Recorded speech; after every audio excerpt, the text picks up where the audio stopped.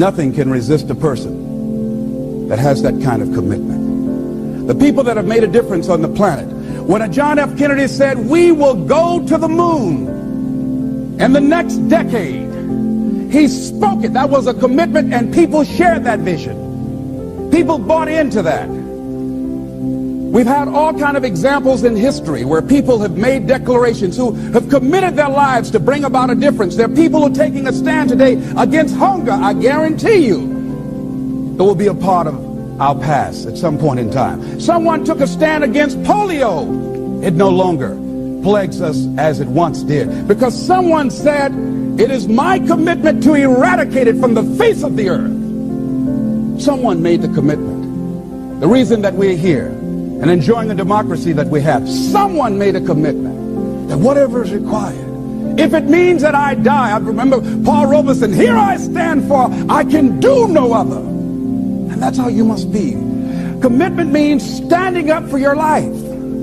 It means honoring yourself. It means beginning to say and to see and recognize your alignment and oneness with the universe, and that you are a channel for life to express through. And we short-circuit it with anger. We short-circuit it with fear. We short-circuit it with envy. We short-circuit it by being lazy or apathetic or giving up easily. Why? We say, oh, it's too hard, it's too hard. We don't challenge our spirit. Ladies and gentlemen, there's nothing as powerful as the human spirit. You can't destroy it. You can pervert it, but you can't destroy it. I was reading Man's Search for Meaning by Viktor Frankl. What a powerful book. I'm reading it now for the 7th time. And he gives so many graphic examples of the power of the human spirit. And so what are some of the things that can fortify us and give us the kind of inner strength that will allow us to forward ourselves into the future by manifesting our commitments? Number one, commitment means in some cases going back to school, getting some training, sitting up in classes with people younger than you, putting yourself in a position where you don't know and that is awkward and uncomfortable, but because of your commitment to develop yourself, or to go back to school to get a high school diploma or to get a college degree, that it doesn't matter, feeling dumb and saying, what am I doing here, sitting up in some boring class?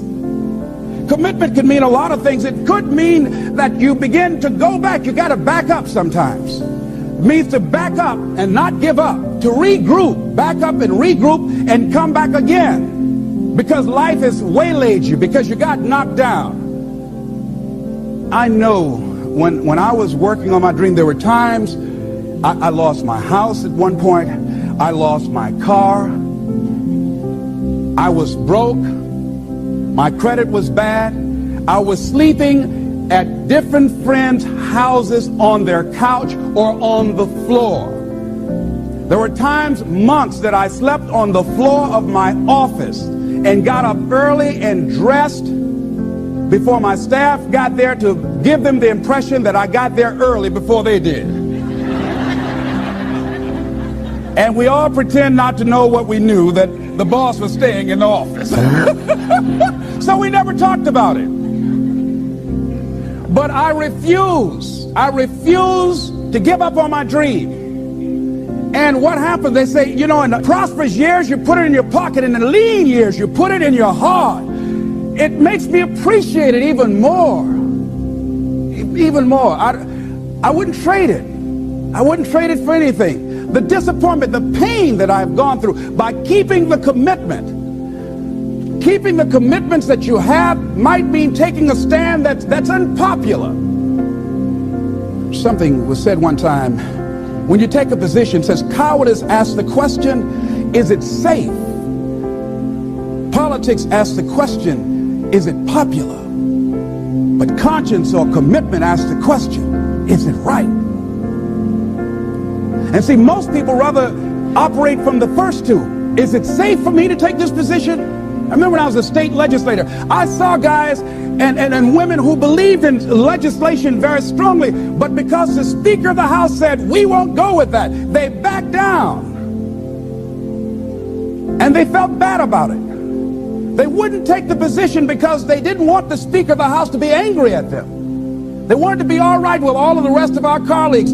See, it takes a great deal of strong courage and commitment on your part to step out a line. Henry David Thoreau says, if a man doesn't keep pace with his companions, perhaps he's listening to the beat of a different drummer. Let him dance to the music that he hears, however measured or far apart. When you are committed, you're dancing to the beat of a different drummer. Don't expect people to understand you.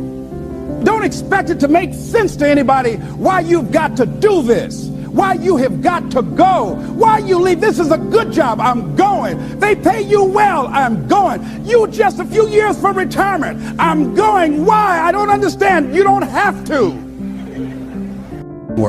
Here's what I suggest. Number one, that does happen. So take total responsibility for it.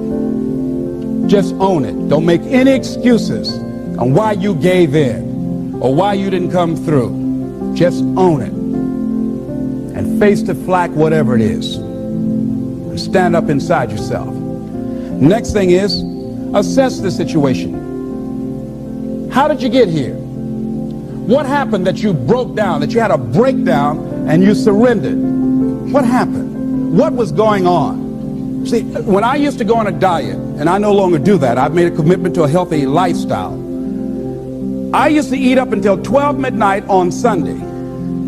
Anything that wasn't moving. And on Monday, I would get up and eat a fruit, light fruit breakfast, and for lunchtime, I would fix some broiled chicken and meticulously peel the skin off and eat the chicken, and then eat the skin.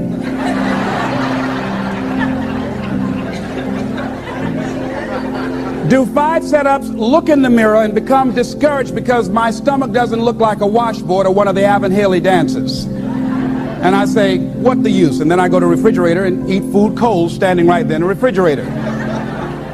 So when I evaluated where I broke down, I realized I can't have junk food in the house. So I changed my route. I stopped taking people to lunch or to dinner because I couldn't sit there and watch them eat. When I had to go someplace and speak and they were eating, I said, call me downstairs when it's time for me to speak, because if I sit at the table looking at them, the food's going to call my name. And I know this. So I had to begin to make sure that I wasn't putting myself in a position where I would give up on my commitment. Am I making sense to you? So I began to strategize around avoiding situations where I knew that I was going to become weak. Another thing I do when I don't keep my commitment, I either deny myself something or I do a trade-off. If a glazed donut takes advantage of me, then I require myself to do an extra 25 setups, or I walk for an extra 15 or 20 minutes because I got a hammerlock on my head and say, come on over here. So you might have to deny yourself something or do a trade-off. Do something that will offset it. The other thing is, start again. So what? You fell flat on your face. So what? Start again. Learn from the experience and start again. Don't count yourself out.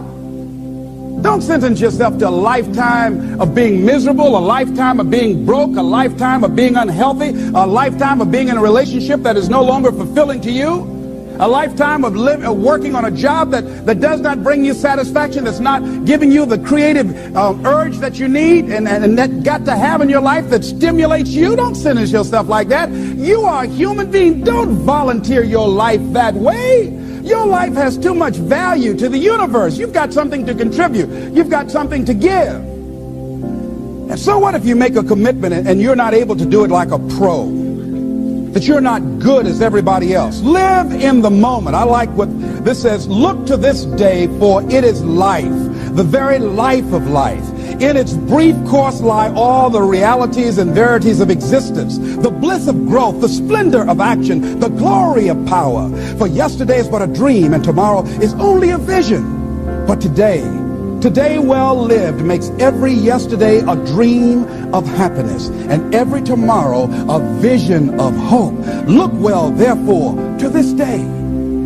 See, if we just start enjoying where we are, if we make that kind of commitment to enjoy where we are, to experience the experience of life where we are, to do all we can right now where we are. Forget about the mistakes yesterday. Forget about all your failures yesterday. Forget about what you don't have. That's not important. Only thing that we have is right now. Right now, right now. And I say that life is calling on you to call forth on that. The optimists, which I think one of the most positive groups in the world, they have something called the Optimist Creed, and I like, it says promise yourself. I changed it to commit yourself, because I think that commitment has more power than promise. It says commit yourself to be so strong that nothing can disturb your peace of mind, to talk health, happiness, and prosperity to every person you meet, to make all your friends feel that there is something in them, to look at the sunny side of everything and make your optimism come true, to think only of the best, to work only for the best, and expect only the best, to be just as enthusiastic about the success of others as you are about your own, to forget the mistakes of the past and press on to the greater achievements of the future, to wear cheerful countenance at all times and give every living creature you meet a smile, to give so much time to the improvement of yourself that you have no time to criticize others, to be too large for worry, too noble for anger, too strong for fear, and too happy to permit the presence of trouble. Commit yourself to these things. Isn't that powerful? What a commitment to make with your life. Commit yourself to stretch, to get outside of your comfort zone and not be concerned about what people think about you, because they're thinking it anyhow.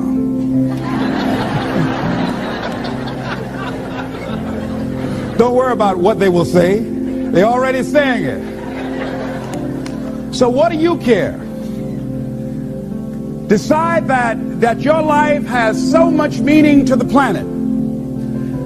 Decide that you have something to give. That's why you're here. See, you didn't just show up.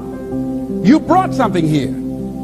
You're on a journey. You have a destination, mission to achieve, to do, to implement, to perform, to experience. Decide to commit yourself to be an adventurer in life. Look out on life around you. Look within yourself and say, where is it in my life that I need to make a commitment right now? Where is it?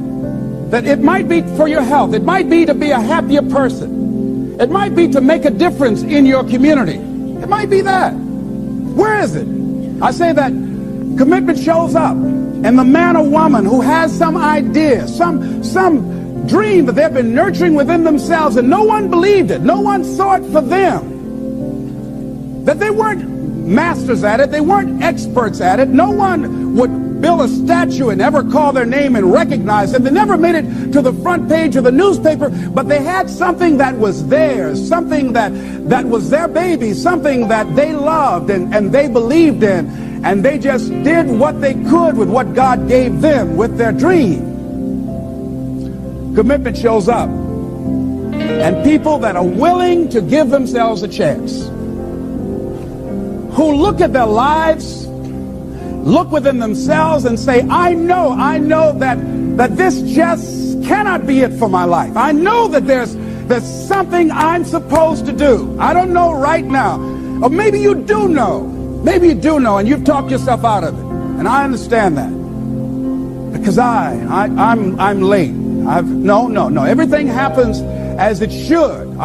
I got the courage to step out, to become committed. I was seriously not serious before. And I decided, it took me some time to build up the courage to become committed, because it frightened me. So I understand wrestling with it. I wish I could tell you I've been doing this for 20 years. I haven't. I'm just glad that I decided to become committed before I left here. And wherever you are, decide that you're going to commit your life now. And let it show up in your contribution. Let it show up in what you have to share. And whatever commitment that you make, honor your commitment as yourself. Honor your word as yourself. Whatever you put out there, do it with what you've got. I want to thank you very much for your consciousness. This is Mrs. Mamie Brown's baby boy, Leslie Calvin Brown, saying it's been a plum-pleasing pleasure as well as a privilege. Thank you all. Yeah.